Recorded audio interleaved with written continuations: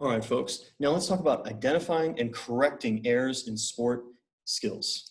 So the first thing we want to do is really make sure that we see the entire skill. Now it's going to be really important if we're talking about filming it, we film it from a number of angles.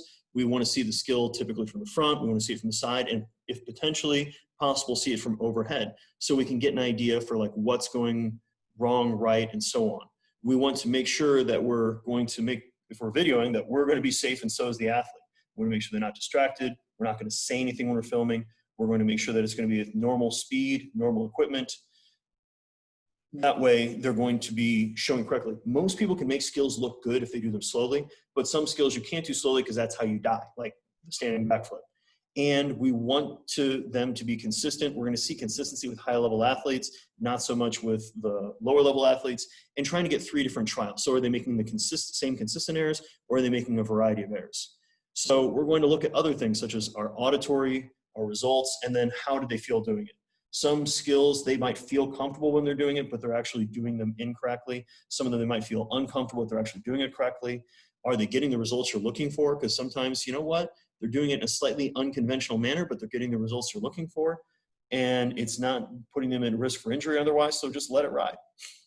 And then when we talk about auditory cues, some of you guys that have maybe played sports like baseball or softball, you know the difference between how a ball sounds coming off a bat when it's hit well, kind of in that sweet spot of the bat, and then when it's hit off the handle. So we're going to have that idea of like, oh man, they really got a hold of that one. Like, oh boy, that was not a good one. Okay, so you want to make sure you find a good location. You want to make sure you have good enough light. As you can tell from the little picture in picture here, as I'm in the wonderful harsh fluorescent stare of lights in the classroom, it's not as great of lighting, so I've got a lot of shadow on me, which is good for you guys. You don't have to see my face as much, but not great if you really want to see the technique when I'm doing a movement. We want to make sure that we're aware of the background and how the person's dressed. So I'm wearing a white t-shirt and there's a white board behind me. It can be hard to see how my body is moving.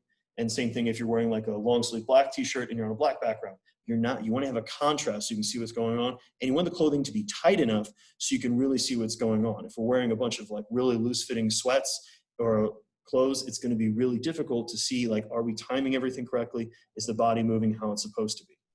So then we want to look at either start from the end and go to the beginning, or we want to start at the beginning and go to the end. It's absolutely fine. The key is which is more important for the sport. So if we're talking about just performance and we're not worrying potentially about his health as much, we want to start with the results and then work our way back to the errors.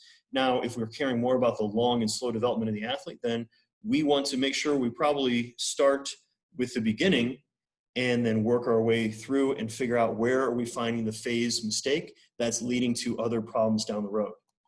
So if we're going to look at that throwing, so we've got ourselves doing the preparation, we've got ourselves then going through the windup, we have ourselves going through the force producing, and then we have ourselves going through the follow through. So we're going to figure out at what point in the air did they make a mistake? Do they have an issue with absorbing or producing the force? Were they unstable when they're doing the movement? Were they not moving correctly with their base of support, with their body mass in the direction they need to? Were they standing with their feet too close together, or were they standing too wide so they weren't able to produce force optimally?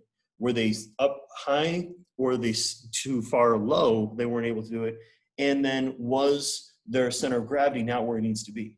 If you guys want to see a great example of being really in control of your center of gravity and where your body's at, look at athletes like hammer throwers, shot put throwers, discus throwers that have to be able to spin on an axis while holding an object and not lose their center of gravity and not lose their balance when they're doing so. Now from there, we're going to figure out what errors do we need to correct. When in doubt, we always need to start with the big errors. What are the ones that are literally biomechanically bad where an athlete can hurt themselves, like the rounded back when lifting? Then from there, we're going to work with the minor errors. And when we select those errors that we're going to go ahead and correct, we want to make sure that we understand what is a good way to correct them. So there's always the compliment sandwich where it's compliment, feedback, compliment. Most people like that. The big key is to make sure that we only give 1, maybe 2 cues at a time. If you try to fix their movement by giving them 8 different cues at the same time, you're likely to just overwhelm the athlete and make it so that they're more likely to make other errors because they're thinking about too many things at once. Instead, keep it simple, make it so it's still intuitive where they need to go ahead and learn the skill more on their own but you're still giving them feedback, especially on the major things that are going to potentially lead to injury. So we want to make sure that we're keeping our athletes safe, but we're not overcoaching them. Part of being an athlete is that athlete learning the sport and the skill internally and understanding when they did things correctly, when they did things incorrectly. If you constantly are giving them all of this feedback, they're never learning how to develop their own skill set. And if they're never learning how to develop their own skill set, they're never going to have the ability to work on their own autonomously, because they're always going to need the feedback of that coach being over them. So here's some basic things on setting up a camera, but Lord knows you guys in the wonderful age of having cameras on your wonderful cell phones know how to use your cameras far better than I do.